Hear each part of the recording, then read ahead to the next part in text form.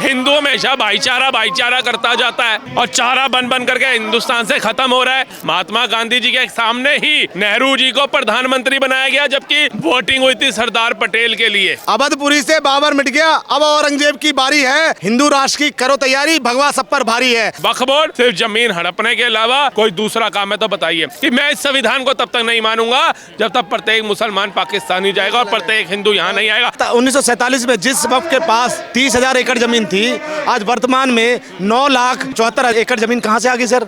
आप ही बताओ ना, ये भू माफिया नहीं तो क्या है? एक जगह ये सच्चर कमेटी द्वारा बोलते हैं अपने आप को कि मुसलमान तो दलित से पिछड़ा हुआ है, शोषित है और वंचित है, माइनॉरिटी है, और एक जगह कहते हैं कि हमारे बाप दादाओं ने दान करी है जमीनें। अरे खुद अपनी स्टेटमेंट पे एक हो जाओ भैया, आप खुद अपनी स्टेटमेंट पे एक हो जाओ।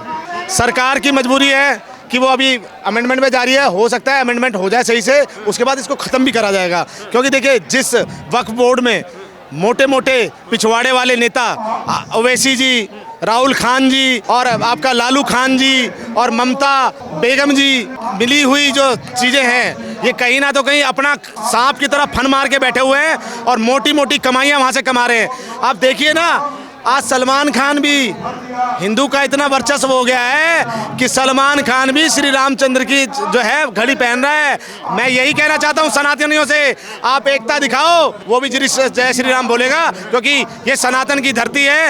यहाँ पे सनातनियों की जो बात करेगा वही हिंदुस्तान पे राज करेगा। मत तो चलने दो, अभी तक कौन सी चलने दी है इन्होंने, ये बताइए। मानसूत्र सत्र आ जाए या फिर फाइनेंशियल सत्र कोई भी आ जाए या किसी भी चीज़ के लिए अगर आपात मतलब इमरजेंसी में भी कभी लोकसभा या विधानसभा चलानी हो तो उसके अंदर नारेबाजी के अलावा करते क्या ये लोग? कभी अटॉर्नी की रिपोर्ट आ जाती है, कभी अंबानी को लेकर के, कभी अडानी को लेकर के। जहाँ भी अमेरिका के अंदर कुछ होगा उसका रूप हमारे को मिलता है लोकसभा के मंदिर में। तो ये वो दोगले विपक्ष के नेता हैं। इजराइल, आज इजराइल क्यों है इतना सा देश होकर के? क्योंकि जब उसका देश की बात आती है उसका विपक्ष उसके साथ होता है।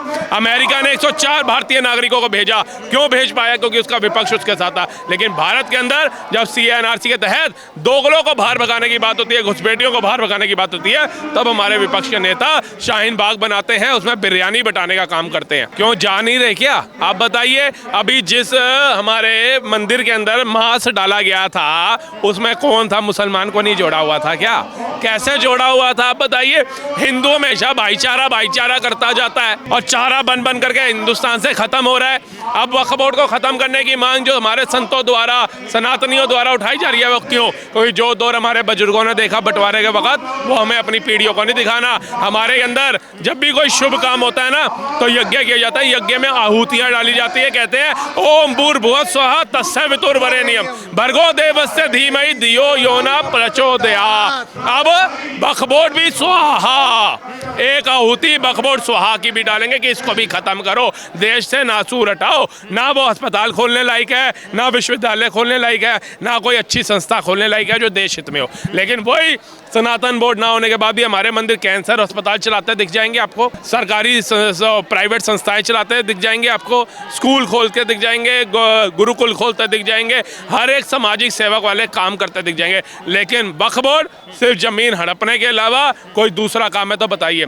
दूसरी बात, हमारे देश में बोला जाता है मुसलमान कमजोर है, अल्पसंख्यक है, वो उसके ऊपर अत्याचार हो रहा है, उसको निचोड़ा जा रहा है।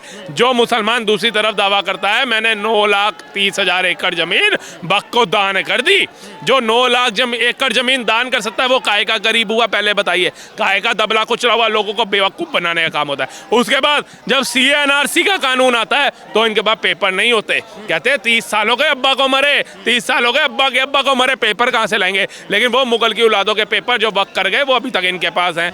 जो 76 साल पहले पाकिस्तान चले गए हैं उनके पेपर अभी तक इनके पास हैं। ये वो दोगला चरित्र लेकर के आते हैं जिनका उद्देश्य यही है तीसरे नंबर से पहले नंबर पे कब आए देश की जमीन हड़पने में। सर देखो, आप पहले बताओ 80 ज़्यादा होते हैं 20 ज़्यादा होते हैं?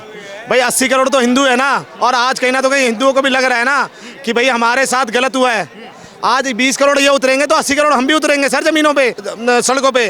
कांग्रेस सरकार जहाँ जहाँ वक्फ की माफिया गिरी वहाँ वहाँ, ये बात मैं चौड़े में पता क्यों कह रहा हूँ सर? क्योंकि कहीं ना तो कहीं आप देखिए ना कि इन्होंने वक्फ के नाम पे किसी मुसलमानों को फ़ायदा नहीं पहुंचाया। ये कहीं ना तो कहीं अपने हक मार के, अब फन मार के, सांप की तरह फन मार के खुद वहाँ पे बैठ गए हैं और कहीं ना तो कहीं वहाँ से जो है माफिया राज उगलने का काम कर रहे हैं। एक शायरी पढ़ देता हूँ आपके चैनल के माध्यम से कि कांग्रेस नहीं कांग्रेस कि हरे रंग को खुश करने में, हरे रंग को खुश करने में तुमने भगवा को नीलाम किया। अरे सियासी कलमू हो, ये बहुत घिनौना काम किया।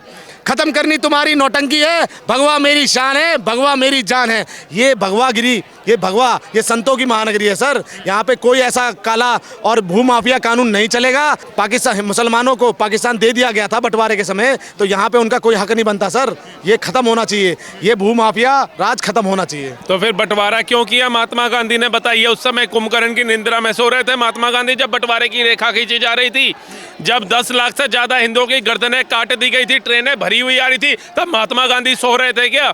मैं आपको बताता हूँ, जो गलतियां इन पिछली सरकारों ने कर दी उसके अंदर महात्मा गांधी जी का भी भरपूर योगदान था। जो इतिहास हम पढ़ रहे हैं आज की डेट के अंदर, महात्मा गांधी जी के सामने ही नेहरू जी को प्रधानमंत्री बनाया गया, जबकि वोटिंग हुई थी सरदार पटेल के लिए। लेकिन उसके बाद भी आपने पाकिस्तान दे दिया, पाकिस्तान के साथ साथ पैसा भी दे दिया आपने, उसके बाद भी मुसलमानों को यहाँ रखा आपने। क्या आपको नहीं पता था जब बाबा साहब भीमराव अंबेडकर आज अपना स्थान जो है लोगों के दिलों में बना गए? पता है क्यों? इसलिए नहीं वो दलितों के मसीहा थे, दलितों के मसीहा थे ना, लेकिन वो स्थान इसलिए बना गए क्योंकि उन्होंने 76 साल बाद का भविष्य पहले देख लिया था। जो उन्होंने कहा था कि मैं इस संविधान को तब तक नहीं मानूंगा जब तक प्रत्येक मुसलमान पाकिस्तानी जाएगा और प्रत्येक हिंदू यहाँ नहीं आएगा। सोचिए 76 साल की आगे की देखने वाला जो इंसान दम रखता हो वो कितना विद्वान व्यक्ति होगा। और दूसरी चीज एक और बताता हूँ, अंबेडकर साहब जब कानून मंत्री थे, इन्होंने उनकी बात नहीं मानी। इन्होंने कहा अभी एक थोड़े दिन रुकिए, करते करते उन्होंने कानून मंत्री के पद से इस्तीफा दिया।